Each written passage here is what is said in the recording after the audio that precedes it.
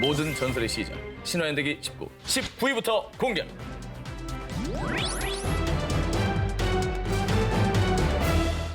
대한민국 최남단에 위치한 제주도. 아름다운 자연 경관을 만끽할 수 있어 수많은 여행객들의 발길이 이어지고 있는 곳이죠. 자, 그런데 말이죠. 이 아름다운 제주도가 어떻게 만들어졌는지 궁금하지 않으십니까? 아유, 궁금하죠. 제주도에서 창조 신이라 불리는 거인 마고. 할머니의 외모를 가졌다고 해서 제주도에서는 설문 대할망으로 부른다고 하는데요. 이 설문 대할망이 그렇다면 제주도를 어떻게 만들었느냐? 원래 옥황상제의 딸로 하늘나라에 살고 있다 내려오게 됐는데 그런데 그때 치마폭에 날만 흙이 바다에 쫙 쏟아지면서 제주도가 더 생겼고요. 그중에서 흙이 가장 높게 쌓인 곳이 제주도의 상징인 한라산이 됐다고 합니다. 이게 흙이 많이 쌓이는 데군요. 그렇죠. 이렇게 높게 쌓인 곳이 한라산이 됐다는 얘기죠. 네. 자, 그리고 거인 설문 대할망의 키가 얼마나 컸냐면요.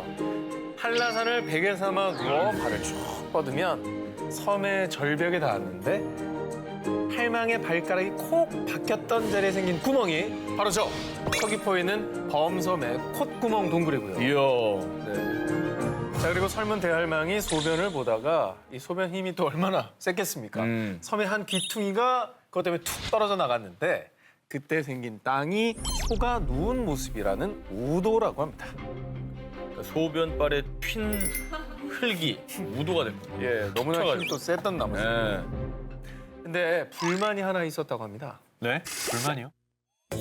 할망, 육지와 떨어져 있으니 너무 불편해요. 다리 하나만 만들어주세요.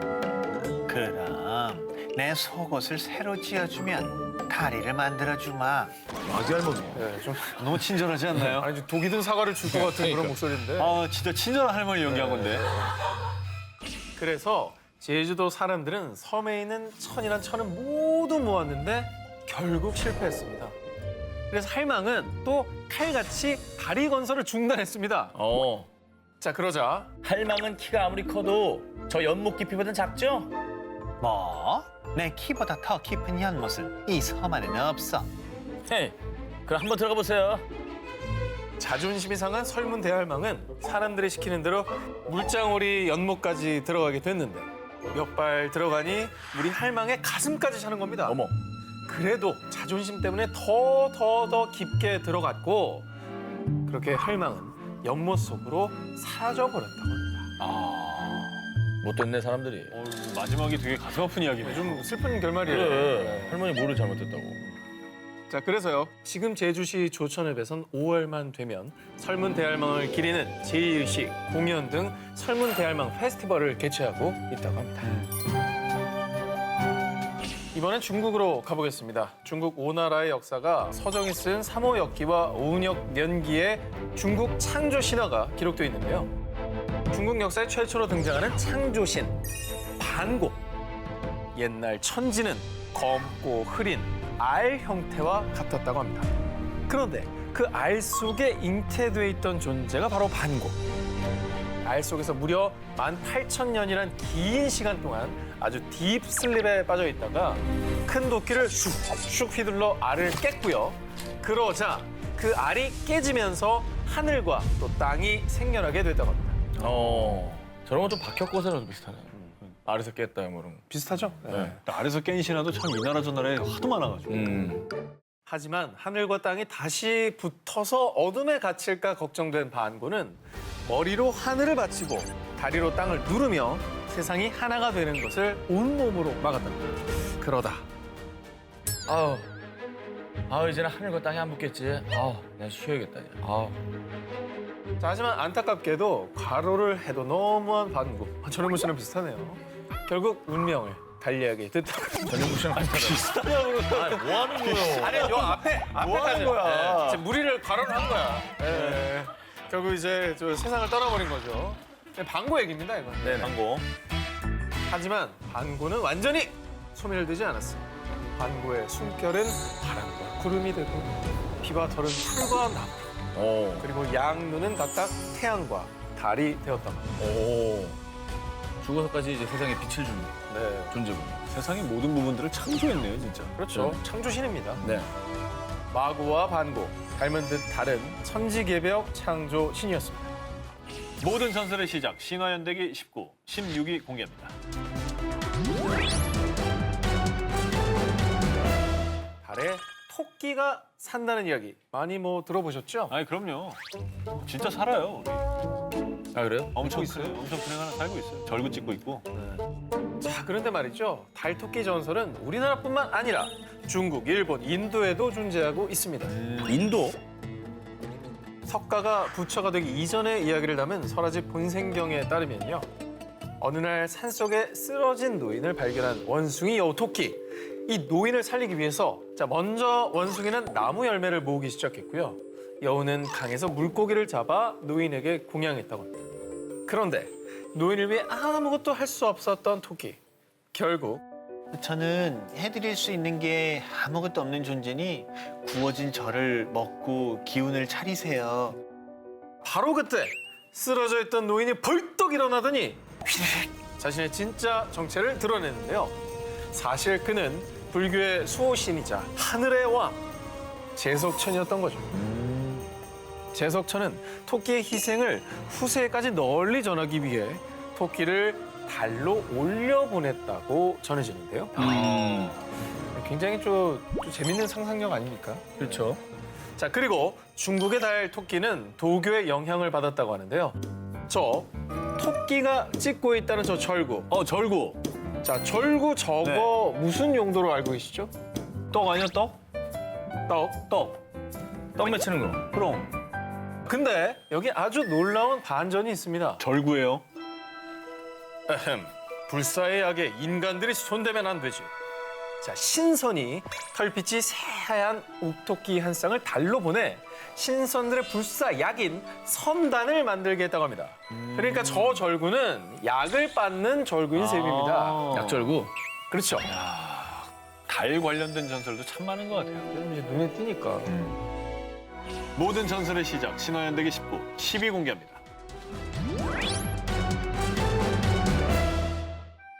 음력 1월 1일, 중국 최대 명절 춘절. 매년 이맘때가 되면 중국 전역은 온통 화려한 붉은 빛으로 물드는데요. 아이들이나 어른 할 것 없이 한자 복자를 만든 종이나 천을 창문과 집안 곳곳에 붙여두고요. 그리고 밤에는 팡팡팡 화려한 폭죽놀이까지. 중국의 빨간색 사랑은 뭐 안 다르지 않습니까? 그럼요. 폭죽도 진짜 좋아하고 오죽하면은 제일 큰 방송국이 저 신년 폭죽하다가 건물에다 타버렸잖아요. 불났었죠. 네. 그런데요, 매년 춘절에 중국이 온통 불깨문 들고 폭죽을 터뜨리는 이유가 한 전설에서 비롯됐다고 합니다. 전설? 이것도 전설. 설화에서 나온 거예요? 설합니다. 네. 아주 오래전 고대 시대 때 중국에선 해가 바뀌면요, 아주 난리도 아니었답니다. 그 이유는 황소의 몸과 사자의 얼굴을 한 중국어로 니안이라고 불리는 괴물과 싸움을 해야 했기 때문이죠. 이 니안은 산속에 살다가 새해만 되면 먹을 걸 찾아 마을로 내려와 가축, 농작물, 심지어 아이들까지도 모조리 잡아먹었다고 합니다. 그러던 어느 날 붉은색과 불 그리고 소음이 니안을 쫓아내줄 것이니라. 한 노인이 구세주처럼 나타나 니안을 쫓아내는 세 가지 방법을 일러줬고요.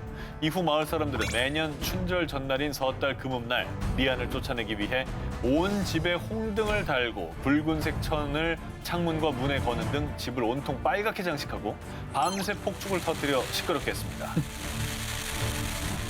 오늘도 어디 맛있는 걸 찾아보라. 이 붉은 것들은 뭐람? 저기 죄송한데 이창훈 씨인가요? 어린이 드라마에 맞게. 이 노인 말대로 했더니 니안 퇴치 대성공. 이후 니안은 도교 승려 홍준 라오즈에게 붙잡혀서요, 큰 산이 됐다고 합니다. 니안 설화는 처음 들어봐요. 네. 전설에서 문화가 만들어지고 요즘까지 이어지고 있다니까 신기하네요. 모든 전설의 시작, 신화연대기 19, 9위를 공개합니다. 태초의 기록, 곰의 민족이 또 있다? 우리나라 태초의 신화, 환웅과 웅녀, 곰 사이에서 태어난 단군 신화인데요. 그런데 우리나라처럼 신화 속 주인공이 곰인 나라들이 또 있습니다. 바로 유럽의 말이죠. 아예 도시명부터 나는 곰이로소이다. 곰을 내세운 곳들이 있죠. 스위스의 수도 베른. 중세 시대부터 이 지역에 곰이 많아 수도명을 곰이라는 뜻의 베른으로 지었다고 하는데요. 그래서 수도 베른의 리데크 다리 부근에 가면 딱 하니 자리 잡고 있는 것이 또한 곰, 바로 곰 공원이 있죠. 곰공원. 베른 사람들에게 곰은 자랑, 자부심 그 자체라고 합니다. 아, 도시 이름 자체가 곰인데 뭐. 그리고 독일의 수도 베를린을 상징하는 것 또한 곰인데요. 베를린 주는 1954년 시대마다 자주 바뀌는 베를린 문장 속 곰의 모습을 하나로 통일하기 위해서요. 곰을 베를린의 상징으로 지정합니다. 탕, 탕, 탕. 붉은색의 발톱과 혀, 그리고 직립한 채 포효하는 곰을 베를린주의 상징 관련법으로까지 지정했다고 합니다. 그래서 정말 베를린 거리 곳곳에 곰 동상이 즐비한데요.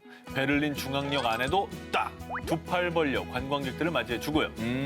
관광 명소 베를린 알렉산더 광장역 앞에는 베를린 지하철 노선이 그려진 곰 동상까지. 베를린에 있는 우리나라 대사관 앞들에도 태극기 그림이 그려진 곰 동상이 이렇게 있고요. 정말 뭐 곰 천국이네요. 뿐만 아니라 세계 3대 영화제 중 하나인 베를린 영화제의 상 이름, 최고 작품상에 수여하는 상 이름이 황금 곰사. 그렇습니다. 황금곰상. 또 각 분야 우수상 수상자에게 수여하는 은곰상 등 베를린 영화제 트로피 역시 곰 모양이죠. 야, 이렇게 보니까 연결고리들이 착착 맞아 들어가네요. 그렇죠. 진정한 곰의 후예 같은 느낌. 그렇다면 유럽의 곰아리, 곰 리스펙트는 언제부터 시작됐을까요? 숲의 지배자인 곰은 고대 유럽에서부터 신적인 동물로 여겨지면서 숭배의 대상이었는데요. 유럽 대륙의 원주민인 켈트족과 북유럽의 게르만족은 곰을 가문의 시조로 여기면서 왕가의 문장으로 사용했고요. 심지어 전쟁에 나가기 전 전사들은 승리를 위해 우리의 신 곰의 피를 마시자 라며 곰의 피까지 마셨답니다. 그 정도로 막 좋아했고. 맹신했네 아주. 기세등등한 곰의 후예 유럽인들, 이들의 곰 사랑은 앞으로도 계속될 겁니다. 모든 전설의 시작, 신화 연대기 19, 14위를 공개합니다. 인도판 노아의 방주 마누 신화. 기독교 구약성서 창세기에 나오는 노아의 방주. 그런데 말입니다. 인도에서는 인도판 노아의 방주 이야기가 전해져 오고 있다고 합니다. 인도판 노아의 방주. 이거 이것도 처음 궁금하다, 들어봤는데. 인도 버전. 처음 들어보죠? 네. 아주 먼 옛날, long time ago, 인도의 한 평원에 살던 남성 마누. 어느 날 아침 그가 강에 가 세수를 하고 있었는데요. 바로 그때 손 안으로 쏙 들어온 작은 물고기. 제가 큰 물고기에 잡아먹히지 않게 구해주세요. 그럼 나중에 저도 당신을 구해드릴게요. 착한 마음씨를 가진 마누는 핸드메이드로 요래조래 멋들어진 항아리를 만든 뒤 물고기를 넣어서 애지중지 보살폈습니다. 그리고 시간이 흘러 이 귀염뽀짝 물고기는 다른 물고기가 감히 눈도 못 마주칠 정도로 자라 강에 풀어주게 됐죠. 헤헤. 연기가 이어지고 있었군요. 헤헤. 예. 컸어 이제? 말이 좀 많은 물고기였어요. 물고기가 다시 한번 마누를 찾아와서 말을 걸게 됩니다. 헤헤. 전적으로 저를 믿고 당장 배를 만드셔야 합니다. 감당하실 수 있겠습니까? 그 뒤 마누는 일단 물고기의 말대로 크고 튼튼한 배를 만들었는데요. 그런데 그가 배를 완성하자마자 정말 물고기의 말대로 시커먼 구름이 하늘을 뒤덮었고요. 마치 거대한 폭포수 같은 비가 내리기 시작했습니다. 그리고 이때 이 물고기는 거친 물살을 가르며 영차 마누의 배를 이끌었고요. 그렇게 40일 뒤 마누가 탄 배는 인도 북쪽에 있는 거대한 산에 도착을 했다고 합니다. 아니, 정말 약간 우리한테도 있는 은혜 갚은 뭐 까치? 제비? 뭐 이런 제비. 생각도 나고 근데 그 얘기들하고 노아의 방주 스토리하고 짬뽕이잖아요. 나라마다 참 약간 비슷한 스토리들이 또 있어요. 있네요. 네. 그리고 얼마나 지났을까요? 비는 그쳤지만 이 거대한 홍수는 마누를 제외한 지상의 모든 생명들을 휩쓸어 버렸습니다. 이제 세상에 홀로 살아남은 마누는 신에게 제사를 드리기 위해 버터와 우유의 응고물인 커드를 물속에 던졌는데요. 그러자 물속에서 단단한 덩어리가 마구 엉기더니 여성 이다가 나타났다고 합니다. 구약성서 창세기에 등장하는 인류의 시조 아담과 이브가 인도에서는 마누와 이다가 되는 것이죠. 모든 전설의 시작 신화연대기 19, 13위 공개합니다.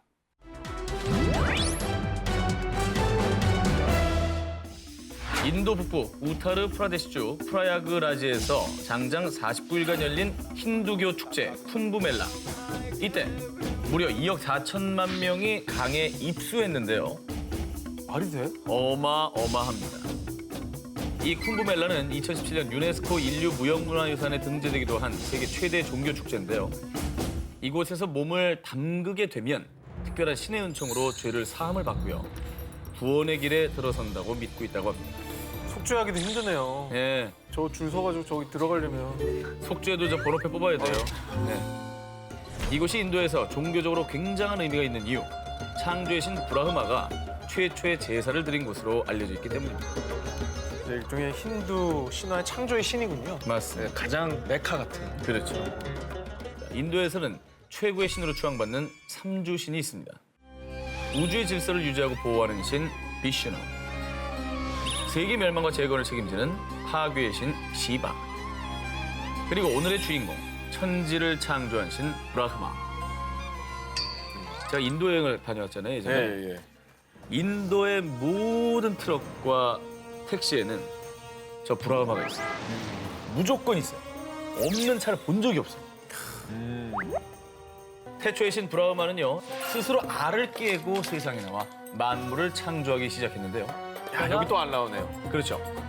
본인이 깨고 나온 알, 그 반쪽으로 하늘을, 나머지 반쪽으로는 땅을 만들었어요. 요거 반고랑 똑같네. 네. 그리고 자신의 몸에서 아름다운 여인을 창조해 사라스와티라는 이름을 붙여줍니다. 어떻게 보면 이제 딸을 만든 것이죠. 그런데 사라스와티가 너무 예쁜 거예요. 그러면서 뜨거운 욕정을 느끼기 시작합니다. 하지만 사라스와티는 그게 너무나 부담스러웠던 그래, 것이죠. 아빠인데. 그래서 아버지 격인 브라흐마를 피했는데 내가 그렇게 숨어버리면 어쩔 수 없구나. 이걸 더 만들 수밖에. 바로 머리를 더 만든 겁니다. 처음엔 머리 2개, 그다음에 머리 2개를 더 만들었어. 머리가 총 5개가 된 것이지요. 그리고 5개의 시선이 그녀를 마구 추적을 했습니다. 이때 사라스와티는 아예 하늘로까지 도망가셨는데 브라흐마는 하늘을 향해 간곡하게 외칩니다. 우리의 결함만이 만물을 창조할 수 있단다. 내려와서 모든 생물과 신, 악마를 만들자꾸나. 브라흐마의 청을 듣고 마음이 약해진 사라스와티는 하늘에서 내려왔고 결국 둘은 하나로 맺어지게 됐다고 합니다. 그렇게 둘 사이에서 탄생한 것이 인류의 조상인 마누. 참고로 앞서 나온 그 인도판 노아의 방주 마누, 그 마누의 선조인 셈이죠. 연결이 되네, 이렇게. 그렇죠.